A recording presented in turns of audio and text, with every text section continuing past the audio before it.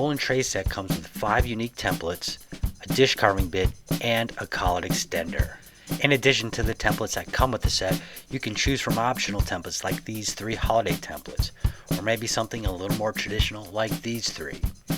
All in all, we have over 20 different templates to choose from. We're confident you'll find just the right template for just the right occasion with the bowl and tray template set.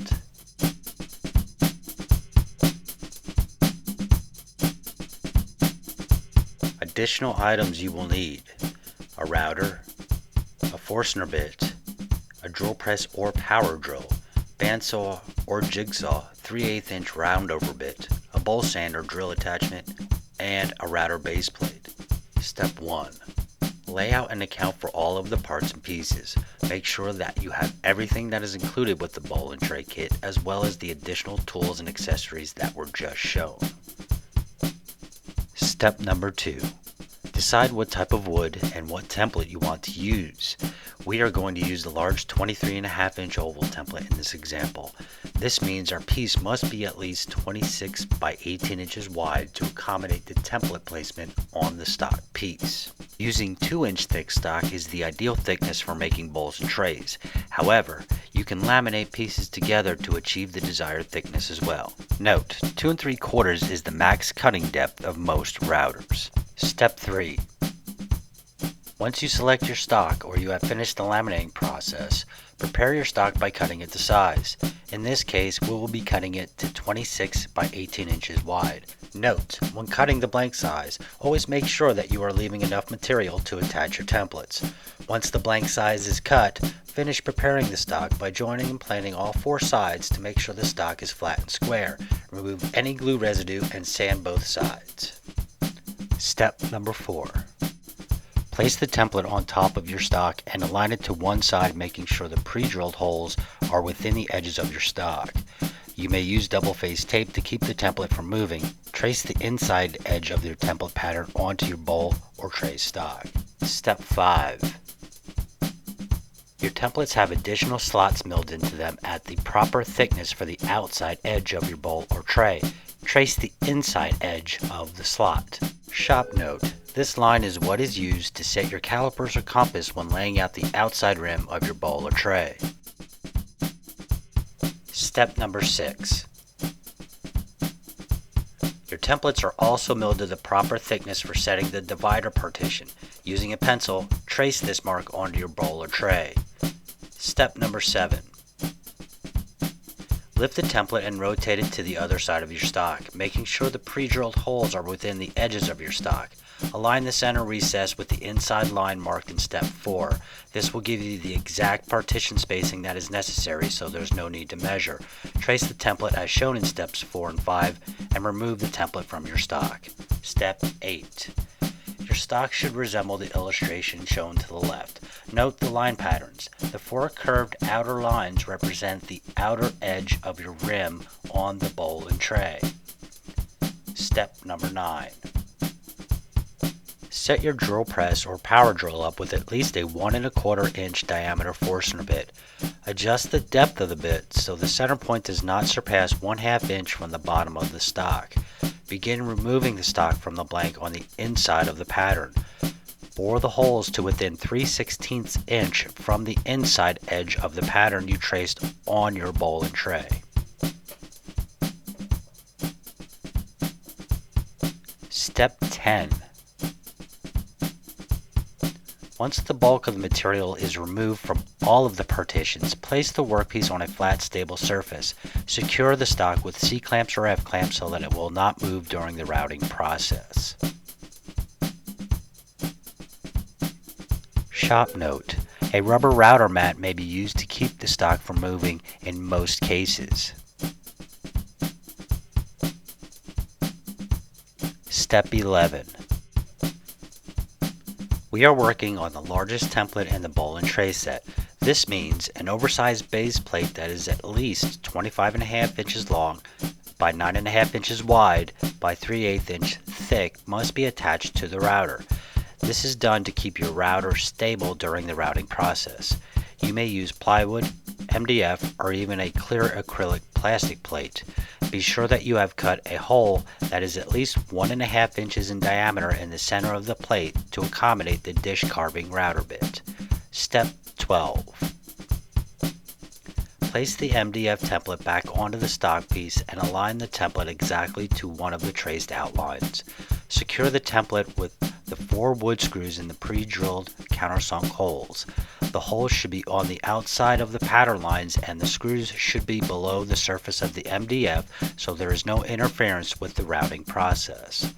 Step 13. Most routers can't adjust high enough with the collet extender on to make the first couple of passes. You may need to install the dish carving bit directly into the router to make the first 2 passes. Set the bit height so the bearing rides along the template edge and does not contact your workpiece. Step 14. Adjust the speed of your router for the size of your router bit. With your router bit set for the initial pass, place the router in the center on top of your template with the bit free from contacting any of the stock. Shop note: when using router bits or router bit extenders, things such as depth of cut, feed rate, and material type should be considered to find the proper speed setting of your router to maximize the smoothness of your cut. Step 15. Plug in your router and starting from the center of the template, turn your router on and slowly work towards the edge of the template. Once the bearing of the router bit meets the edge of the template, cut along and around the full perimeter. Repeat this process, lowering the bit 3/8 inches or less until you are able to attach the collet extension. Step 16. Install the dish carving router bit into the router bit collet extension and secure with the appropriate size wrenches. Caution: when installing the bit into the extension, do not fully seat the router bit shank into the extension. Make sure the shank is at least 1/16 of an inch off the bottom of the collet extension. Step 17. Unplug your router, install the router collet extension and dish carving router bit assembly into the router and secure with the appropriate size wrenches. Caution: when installing the assembly into the collet, do not fully seat the assembly shank. Make sure the assembly shank is at least 1/16 of an inch from the bottom of the router collet. Step 18. With the collet extension installed into your router, repeat step 15 until you reach your final depth of cut. Turn off the router and make sure the bit comes to a complete stop and remove the router from the bowl or tray template. Remove the template from the completed pattern. Step 19. One portion of your bowl or tray should now be fully cleaned out.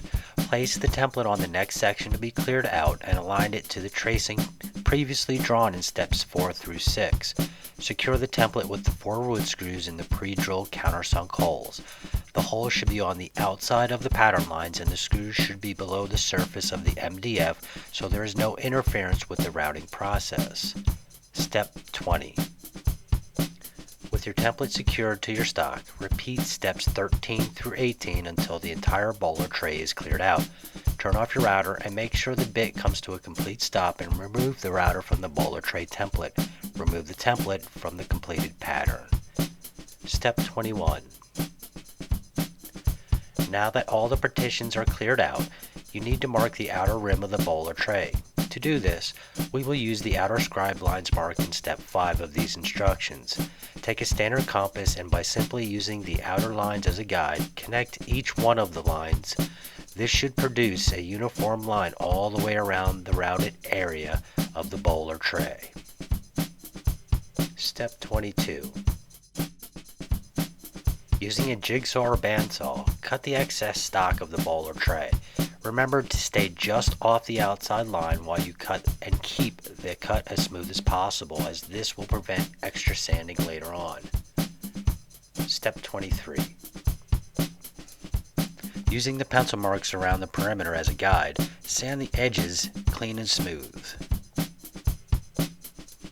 Step 24. If so desired, you can use a 3/8 inch round over bit for the top edges of your bowl or tray. To do this, Use a router mounted to a tabletop to produce the best results. You may also round the edges by sanding if preferred. Step 25. Using a bowl sander or standard sandpaper, sand the interior of the bowl or tray thoroughly, starting with 80 grit and working your way up to at least 220 grit. Step 26. Now you are ready to apply the finish. Food safe finishes include mineral oil, salad bowl finish, and shellac. Your bowl and tray is now complete and ready to serve.